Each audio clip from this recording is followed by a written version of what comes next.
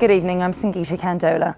An official government body could be called in to investigate scandals at Newham College. Last week, ITV News exposed allegations of homophobia. Tonight, we hear from another teacher at the college who says he was forced to leave his job after raising concerns about the management. Our political correspondent Simon Harris has more.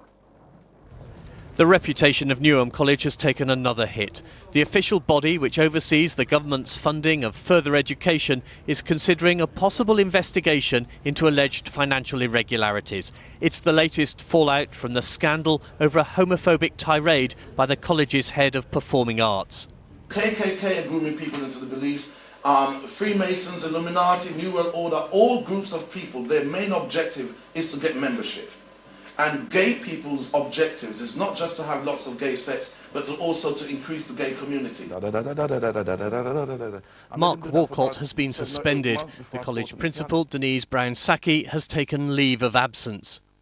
ITV News has spoken to a second lecturer from the Performing Arts Department who witnessed Mark Walcott's staff room rant.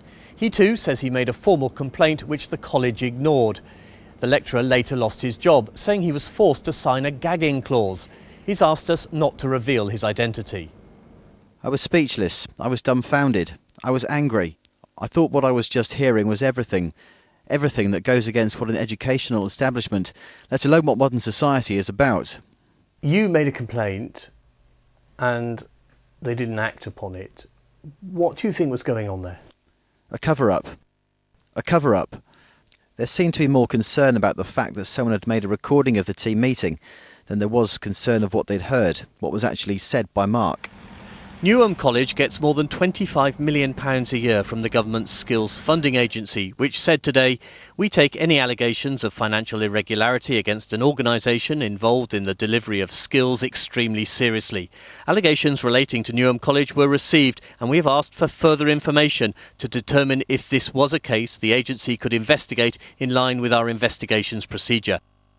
My concern obviously is for the students. It's a very good college. I don't want people's courses to be disrupted. So I'm very pleased that Martin Tolhurst, the former principal who retired a couple of years ago, has come back to look after things while an inquiry is underway. And I think on that basis, the college will be in good hands.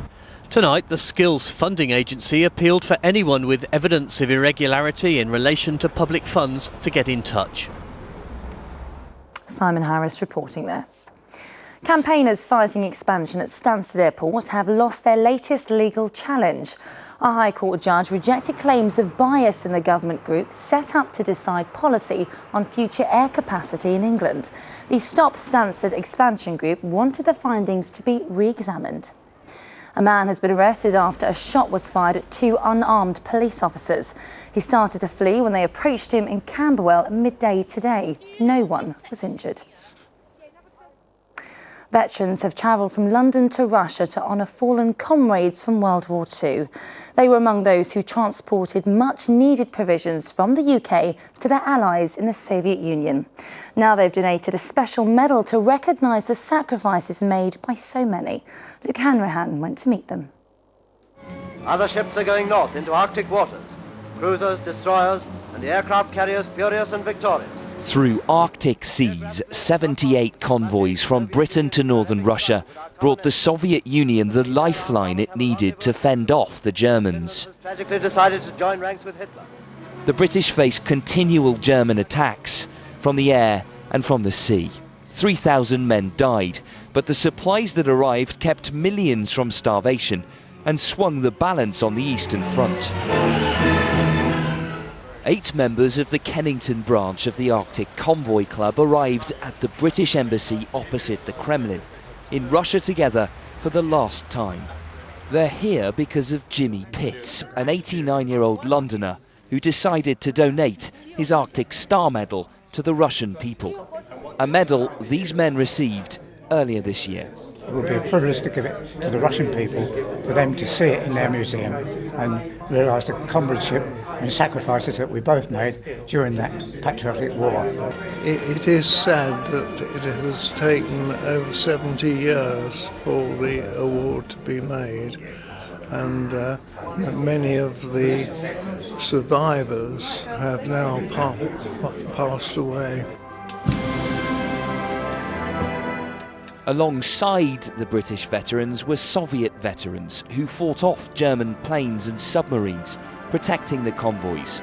This ceremony marks the strong relationship that remains between the men. 27 million Russian people died during the Second World War, but millions more would have perished were it not for the efforts of these men who were recognised here in Russia as heroes. It gives me great pride and pleasure to be here, to have the opportunity to donate my medal to such a wonderful country. The comradeship between Soviet and British veterans felt on both sides. Because of the Arctic convoys, the Soviet Union was saved during crucial days of the war. We appreciate the friendship between our navies, and we use every single opportunity to reinforce our memories. And these men from the southeast of England hope to be remembered in Britain as well as Russia when they're gone. Luke Hanrahan, ITV News, Moscow. With Christmas just a few weeks away, lots of families spent the weekend putting up their trees. And today, Trafalgar Square took a delivery of its own. The 20-metre Norway spruce was carefully lifted into place after a very long journey, 700 miles to be exact. Every year, the city of Oslo gifts London a tree as a token of gratitude for Britain's help during World War II. We sent our very own Martin Stew to follow its progress to the capital. Read his blog on our website. It's all at itv.com/London. And here's Martin now with the weather.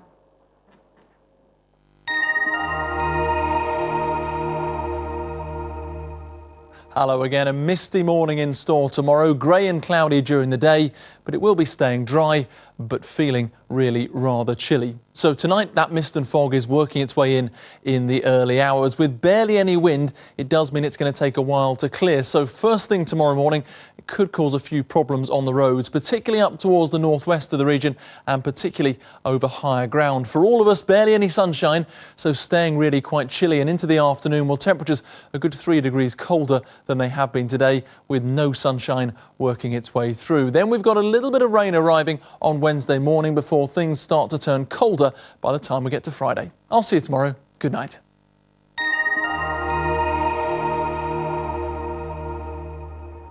That is it from us. Good night.